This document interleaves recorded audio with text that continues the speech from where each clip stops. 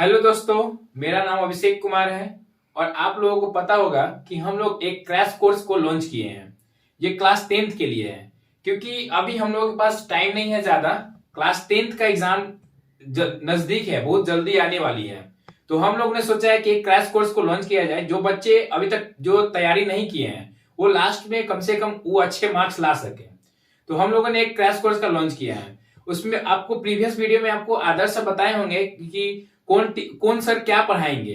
तो उसमें जो फिजिक्स का जो एक सब्जेक्ट है वो फिजिक्स जो है वो हम पढ़ाएंगे, ठीक है आप लोगों को। लेकिन बच्चे लोगों को ये पता नहीं रहता है कि क्वेश्चन का पैटर्न कैसा रहता है सीबीएसई के बोर्ड में।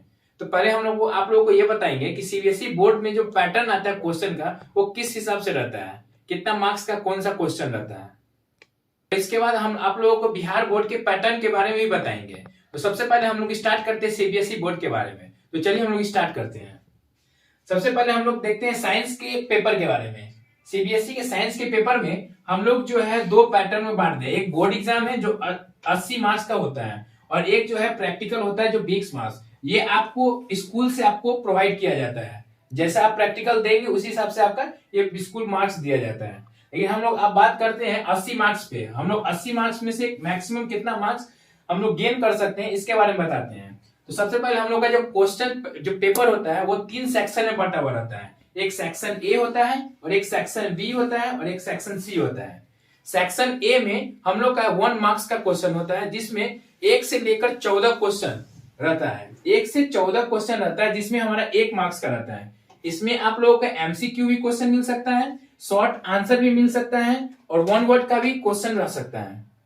इसमें आप लोग का कोई इसमें फिक्स नहीं है कि यही रहेगा, ठीक है। अब हम लोग को बता दें कि सेक्शन बी जो है वो सेक्शन बी में 15 से लेकर 24 तक क्वेश्चन सेक्शन बी में रहेगा जो कि आप लोगों का 3 मार्क्स का रहेगा। आप इसमें लिखने का ये भी है कि उसमें आपको 50 से 60 वर्ड्स में ही लिखना है, ठीक है। मैक्सिमम ज्यादा ना लिखना है ना उससे कम लिखना है। मैक्सिमम लिखने से भी मार्क्स आपको ज्यादा मिलने वाला नहीं है क्योंकि इसमें टाइम का आपका क्या है एक्सपेंड होना है, ठीक है। तो इसी हिसाब से आप लोग ध्यान दीजिएगा। आगे चलते हैं सेक्शन सी में। सेक्शन सी में आप लोगों का क्या है कि 5 मार्क्स का रहेगा। एक क्वेश्चन का 5 मार्क्स का, जिसमें आप लोगों को 80 से 90 वर्ड में लिखना है, ठीक है। ये अब हम लोग को ये पता चल गया।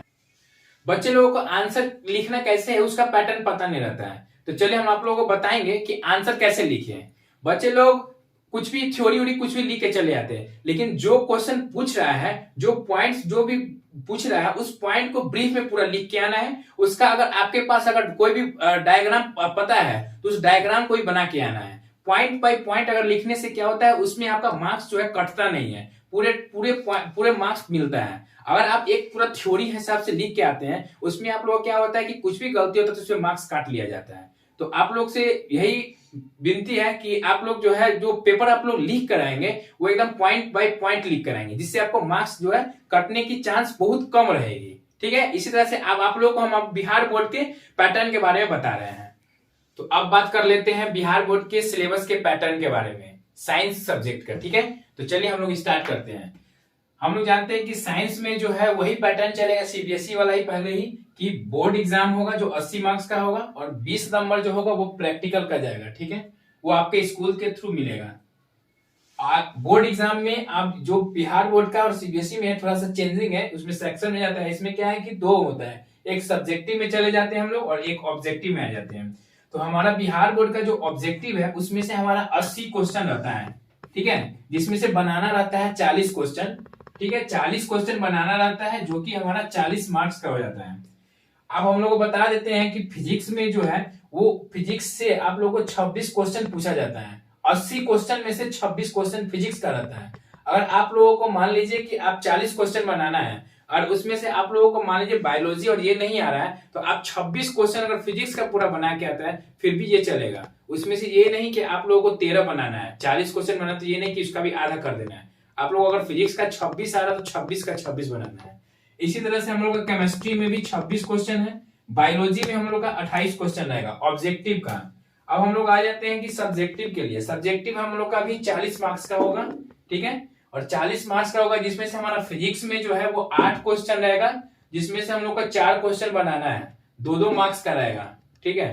उसके बाद उसी तरह से हमारा केमिस्ट्री है, केमिस्ट्री में भी 8 क्वेश्चन रहेगा, वो भी 4 बनाना है, 2-2 मार्क्स का रहेगा। बायोलॉजी में भी सेम कंडीशन रहेगा। अब आज जो है इसमें फिजिक्स में भी ये है कि जो 6 नंबर का क्वेश्चन रहेगा वो एक क्वेश्चन रहेगा, वो 6 नंबर का रहेगा, ठीक है। केमिस्ट्री में जो है वो 5 नंबर का रहेगा जिसमें वो एक क्वेश्चन है, और बायोलॉजी में जो है वो आपका 5 नंबर का है जिसमें एक क्वेश्चन है। तो ओवरऑल आप लोगों को ये पता चल गया होगा कि अब सिलेबस का पैटर्न कैसा होता है। तो आप हम लोग को, आप जैसे अगर बिहार बोर्ड के बच्चे हैं, अगर वो अभी कुछ नहीं पढ़े हैं तो अभी भी उसके पास गोल्डन अपॉर्चुनिटी है कि आप लोग बहुत अच्छा मार्क्स उठा सकते हैं, क्योंकि आप लोग का सिलेबस बहुत ज्यादा वास्ट नहीं है, और आप लोग को इतना इजी कर दिया कि 80 ऑब्जेक्टिव आप लोग को डायरेक्ट दे दिया गया है, जिसमें से 40 बनाना है, मतलब 40 मार्क्स ऐसे ही रखा गया है, कोई इसमें रोकने वाला नहीं है। अब 40 में नहीं जा रहा तो आप तो 32-38 तो ला ही सकते हैं। ऑब्जेक्टिव की बात है तो ऑब्जेक्टिव में आप लोग ये 2 मार्क्स का क्वेश्चन है, फिजिक्स है, केमिस्ट्री है, बायोलॉजी है, ये भी आपका 8-8 मार्क्स इसमें आ सकता है, ठीक है। और इसमें हम आपको फिजिक्स अच्छे से पढ़ाएंगे, आप लोग अच्छी तरह से पूरे वीडियो को देखिएगा। आपको कोई भी डाउट हो, कुछ भी हो, हमारा टेलीग्राम डिस्क्रिप्शन बॉक्स में दिया हुआ है, उसमें आप हम लोग से जुड़ सकते हैं।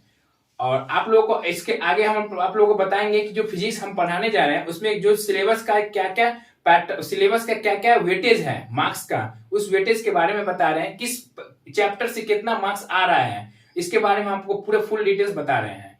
अब हम आप लोगों से बात कर रहे हैं कि सीबीएसई के जो फिजिक्स का जो पैटर्न है, वेटेज है, उसके बारे में आप लोग बता रहे हैं कि कितना मार्क्स से कौन से चैप्टर से पूछा जा रहा है, उसके बारे में हम आप लोग को डिटेल्स में बताने जा रहे हैं।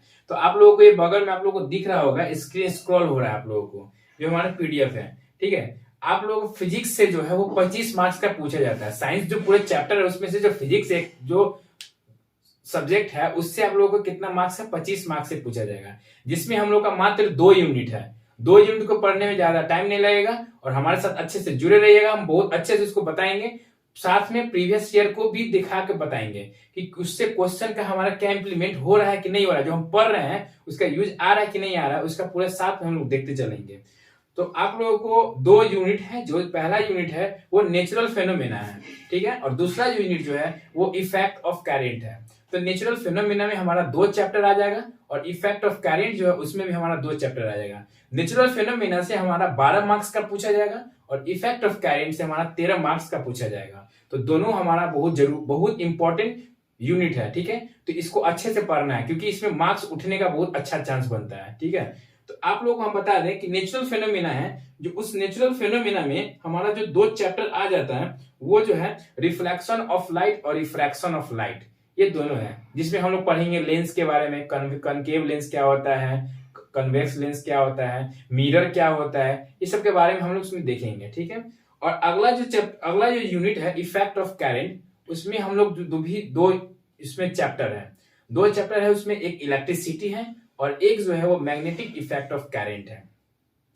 तो जो इलेक्ट्रिसिटी है, उस इलेक्ट्रिसिटी में हम लोग देखेंगे कि करंट क्या होता है, वोल्टेज क्या होता है, जो आप देखते हैं इन्वायरमेंट में, इलेक्ट्रिसिटी आपके घर पे आती है तो आप जो देख रहे हैं उस सब चीज के बारे में हम लोग अच्छे से ब्रीफ में समझेंगे, क्योंकि हम लोग के पास ज्यादा टाइम भी नहीं है, उसको अच्छे से समझना भी है कि अगर आप भूल भी जाते हैं तो आपको याद होना चाहिए कि हाँ करंट क्या होता है, उस एग्जाम में हम लिख सकते हैं अपने से बना के, ठीक है।